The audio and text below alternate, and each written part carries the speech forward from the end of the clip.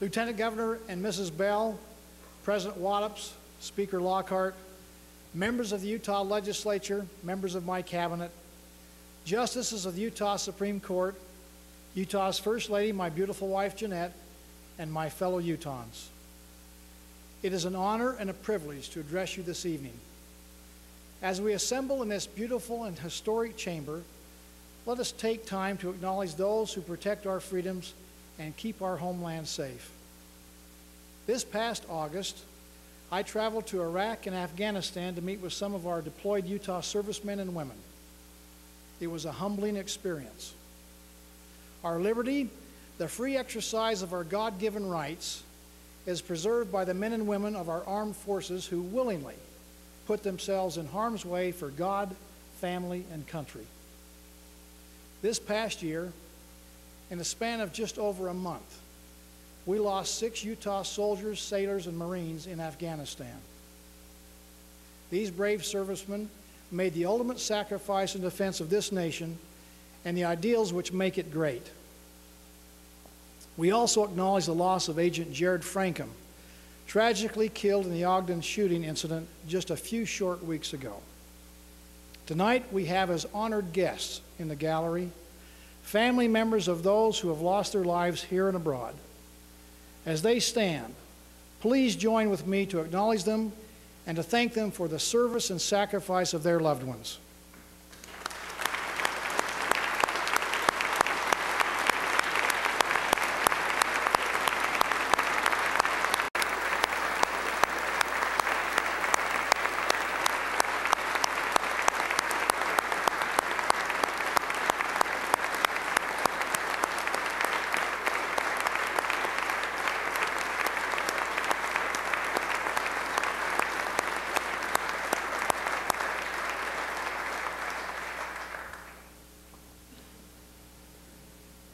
As governor of the great state of Utah, I am pleased to report that the state of our state is strong and growing stronger.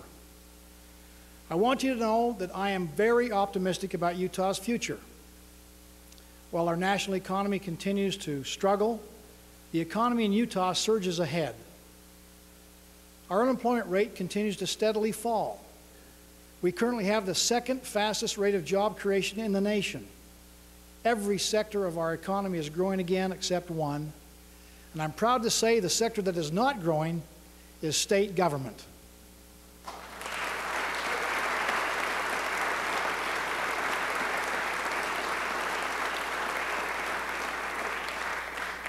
Utah's success is not only consistently recognized, it is increasingly praised by those outside our borders.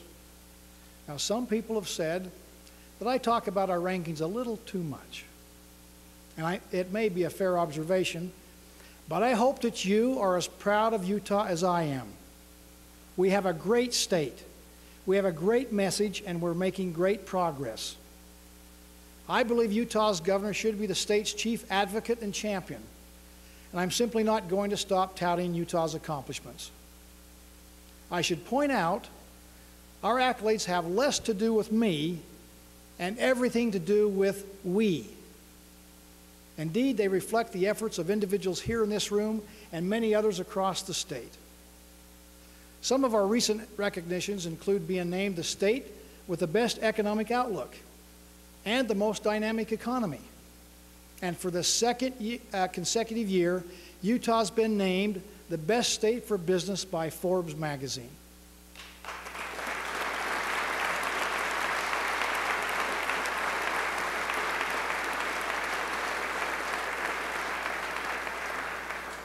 These rankings speak to Utah's economic strength. But this is not just about rankings, it's about economic recovery for the people of Utah. My focus is on growing the economy because I know a strong economy fosters healthy communities and prosperous families. While our recognition is nice, the underlying reasons for that recognition are what is most important. Forbes wrote, and I quote, "No state can match the consistent performance of Utah. It is the only state that ranks among the top 15 states in each of the 6 main categories on which we rate the states," close quote.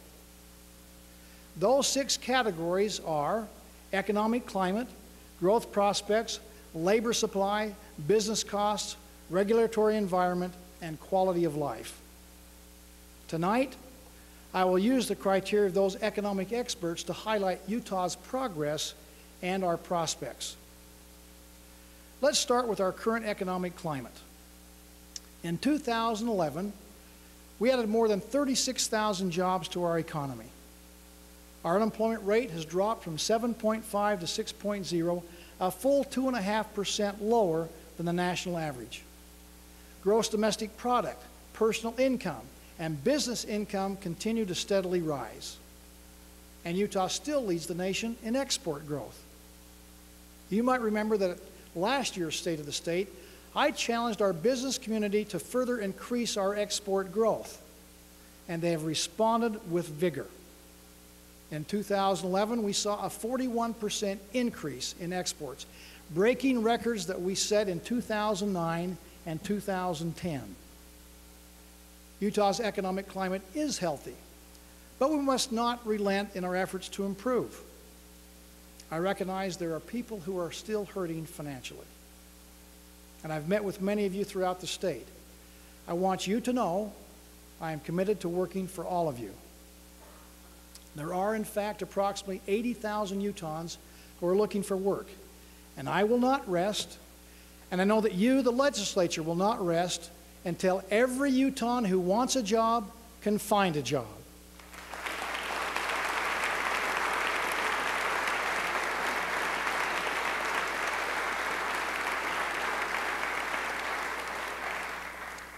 My goal is to accelerate private sector job creation of 100,000 jobs in 1,000 days. I emphasize private sector because it is the private sector, not government, that creates wealth, creates jobs, and creates opportunities for Utah's citizens. Government must create an environment where free enterprise can succeed, and then get out of the way.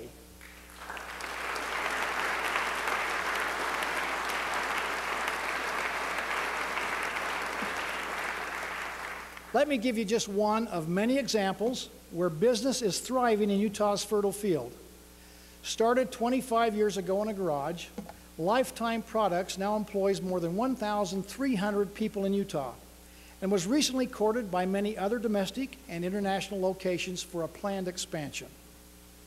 Ultimately, Lifetime determined that its home state of Utah was the best place to invest.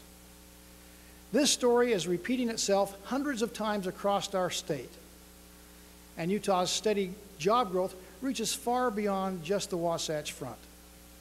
Last year, I visited 28 of Utah's 29 counties. And don't worry, Daggett County, I'm headed your way.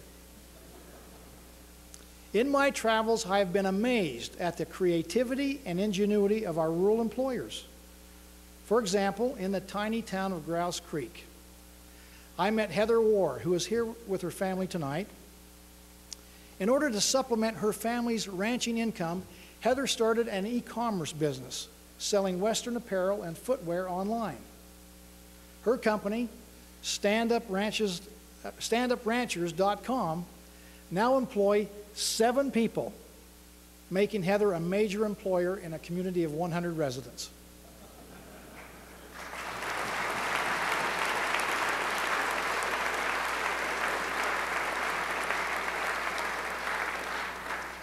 From fiber optic communications providers to hay exporters to composite manufacturers to online retailers, people are finding unique opportunities and advantages in rural Utah. And Heather Warr exemplifies the innovation and initiative inherent in Utah's people. The second criterion is growth prospects. Utah is a fertile field in which to grow a new company or to relocate or expand an existing company. This past September, I went to New York to meet with executives from L3 Communications, a $16 billion high-technology company with locations in 30 states and 20 countries. The purpose of my visit was to convince them to expand their Utah operations. And I've got to admit, it wasn't much of a hard sell. L3 told me they love doing business in Utah. In fact, their Salt Lake City unit is one of their most successful and profitable divisions. Not by coincidence, just last month, L3 announced it would be concentrating its growth here in Utah, building new office space and hiring hundreds of new employees.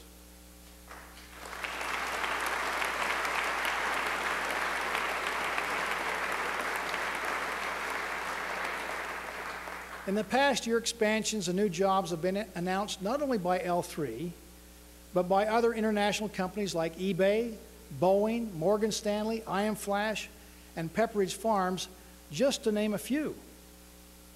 I'm delighted to say something that not many governors can say. Our state is growing now, today. And as we look to the horizon, Utah's growth prospects are truly bright. Anyone who understands the free market knows that there are few things that hinder growth more than onerous taxation, as I did last year. And the year before that, in order for us to sustain our successful economic recovery, I say to you today and to the people of Utah, no new taxes.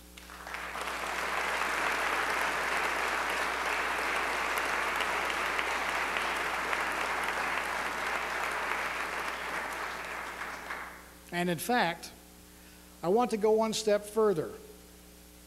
Due to our wise trust fund management and our nation-leading record of helping people move from unemployment back into the workforce, Utah is in a position to reduce our unemployment insurance tax rates. I call upon you, the legislature, to support Senate Bill 129, sponsored by Senator Kurt Bramble and Representative Jeremy Peterson, to provide this timely tax cut to all of Utah's 85,000 employers and allow them to create more jobs and to hire more people.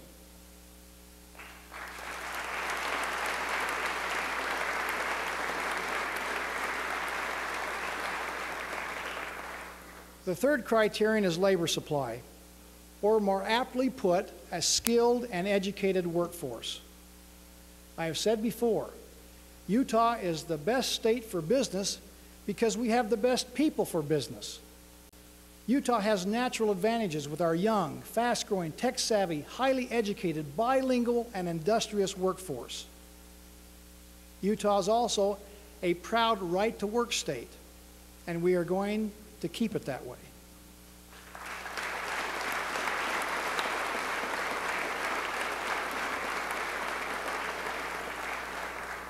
In today's global marketplace, educating and graduating job-ready students is an economic imperative.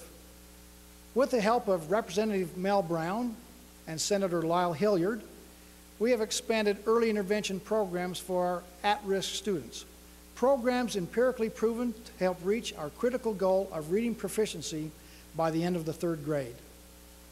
We will soon introduce additional online college courses, providing another avenue for high school students to earn college credit before graduation. We are also expanding Utah.gov, which provides students with online career counseling to ensure that the education they receive today will get them a job tomorrow. My message to students is simple. If you want a good job, get a good education. Now it is up to us, assembled here, to make sure that they can.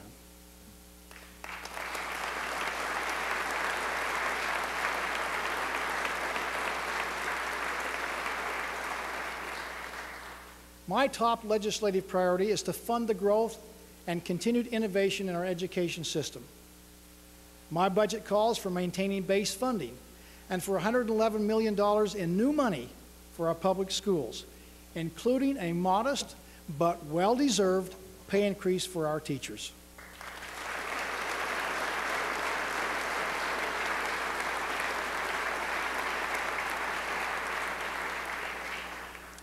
Post-secondary education is also increasingly becoming a necessity in today's global marketplace.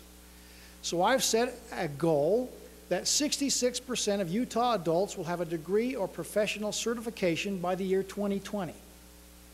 This is an ambitious goal, but an essential one. Remember the goal, 66 by 2020. And I believe working together, we will reach it. The fourth criterion the economic experts considered is the cost of doing business, particularly the cost of energy. Because Utah's electricity costs are an impressive 31% below the national average, we have a major competitive advantage over other states. In order to protect that advantage for the future, we must secure Utah's supply of stable, low-cost energy, and we must do it now. With Utah's first 10-year strategic energy plan that I put in place last year, we are creating a framework to secure our energy independence. My administration is aggressively promoting responsible energy development in Utah. We have demonstrated in the Uinta Basin and elsewhere that developing our energy resources and being good stewards of the environment are not mutually exclusive propositions.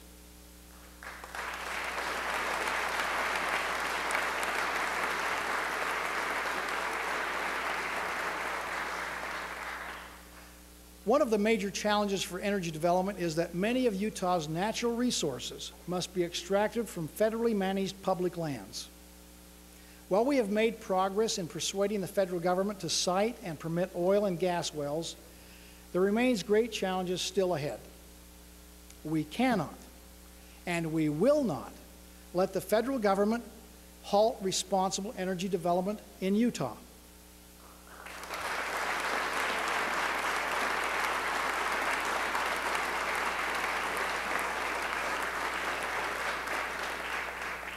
And because we owe it to our children and their children, we must also innovate safer and cleaner ways to extract natural resources and to utilize energy.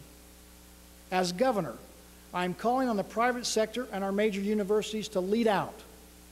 Our goal is to create an energy research triangle that launches Utah into a new era of energy technology innovation. I firmly believe that all solutions and all opportunities must be based upon principles of free markets and free enterprise. Therefore, we will partner with industry and caring citizens to tackle one of the greatest challenges that we have with energy development in our state, and that is the issue of air quality.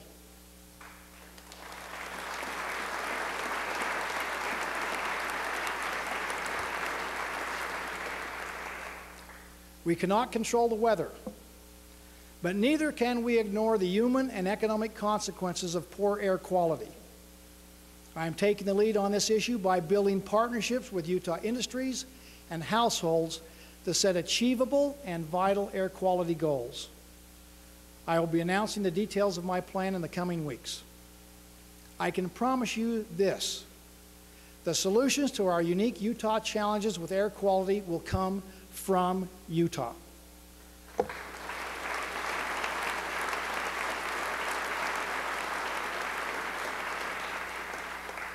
I do believe that together we can all do something to improve the Utah's air.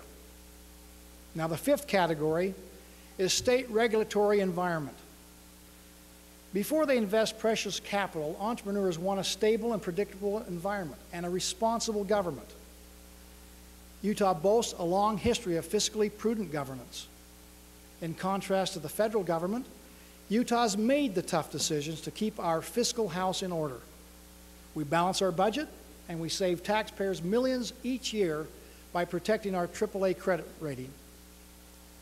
In addition, my budget proposal eliminates our remaining structural imbalance and calls for no additional borrowing. Those decisions provide the stable and steady environment the marketplace seeks and needs in order to thrive.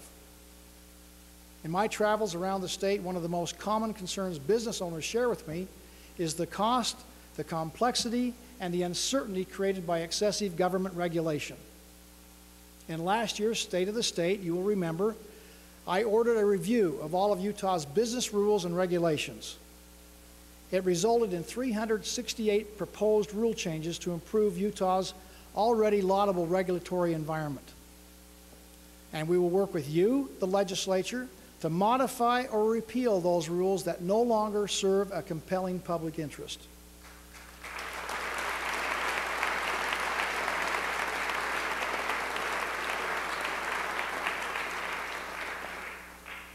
Now, frankly, the vast majority of regulations causing the most harm to Utah businesses come from Washington, D.C. Part of that regulatory colossus created by an overreaching, out of control, and out of touch federal government. I am determined to work with our congressional delegation and my fellow governors to tell the Washington bureaucrats to get out of the way of Utah's economic recovery and stop the senseless flow of onerous and misguided regulations from our nation's capital.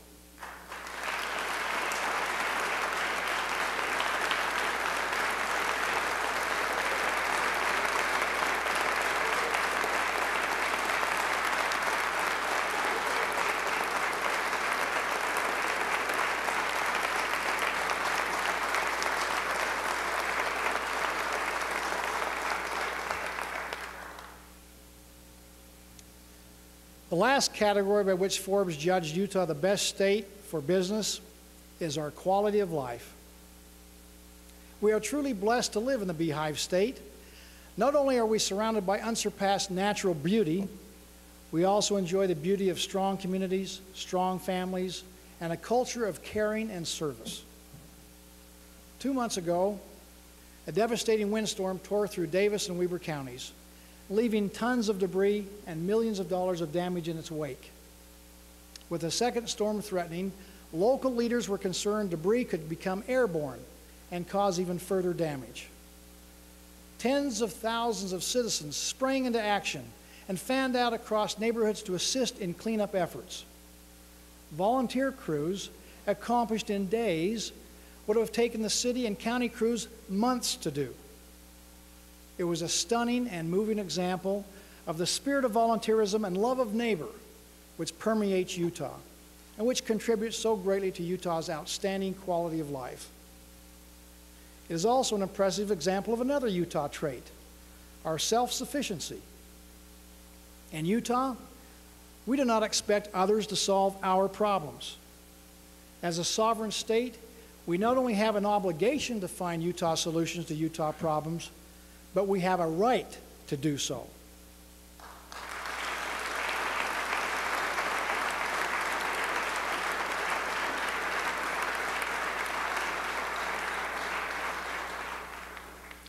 We will not capitulate to a federal government that refuses to be constrained by its proper and constitutionally limited role.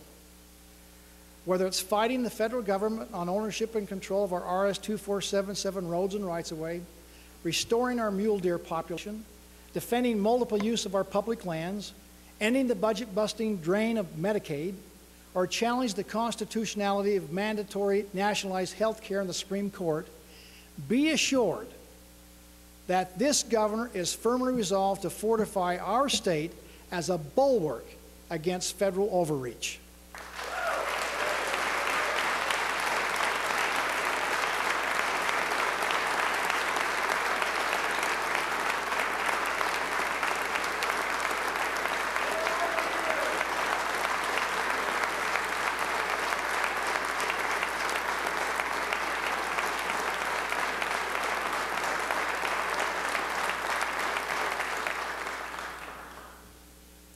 Last October, in a one-room schoolhouse in Grouse Creek, Utah, I met a young boy named Heston.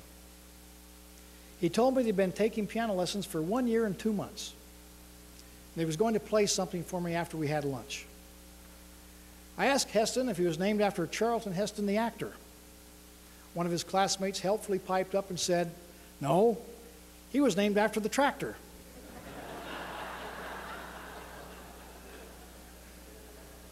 After lunch, Heston made his way to the piano, and frankly, I was expecting a simple ditty like Chopsticks.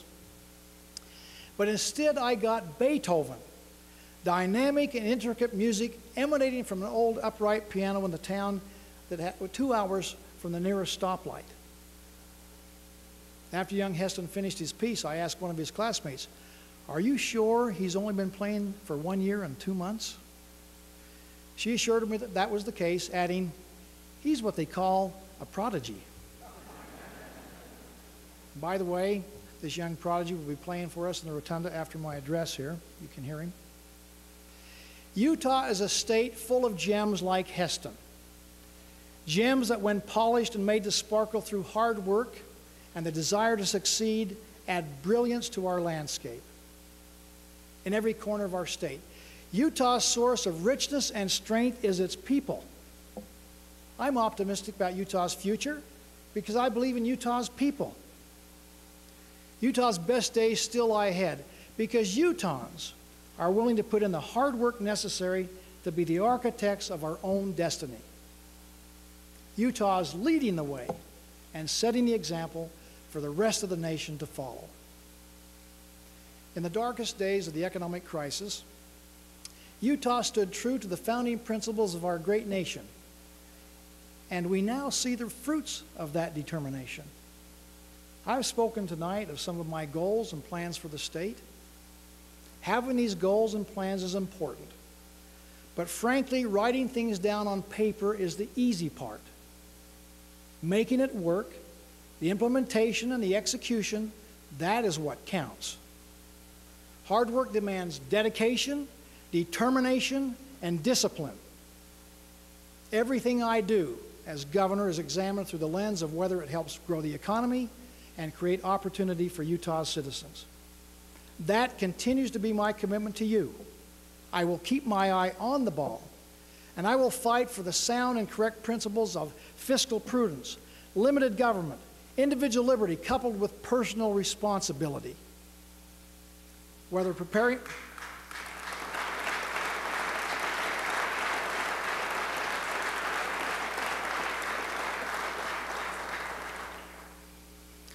preparing a household budget or a state budget, whether you are the governor or a small business owner, and I've been both, I can tell you the principles are the same. By adhering to sound principles now, we will build a bright future for tomorrow. Not only will Utah be the best state for business, we will continue to be a place where communities and families will thrive and prosper. The state of our state is strong. I am committed to making it stronger. I'm honored to serve as your governor. May God continue to bless you, our great nation, and the great state of Utah. Thank you.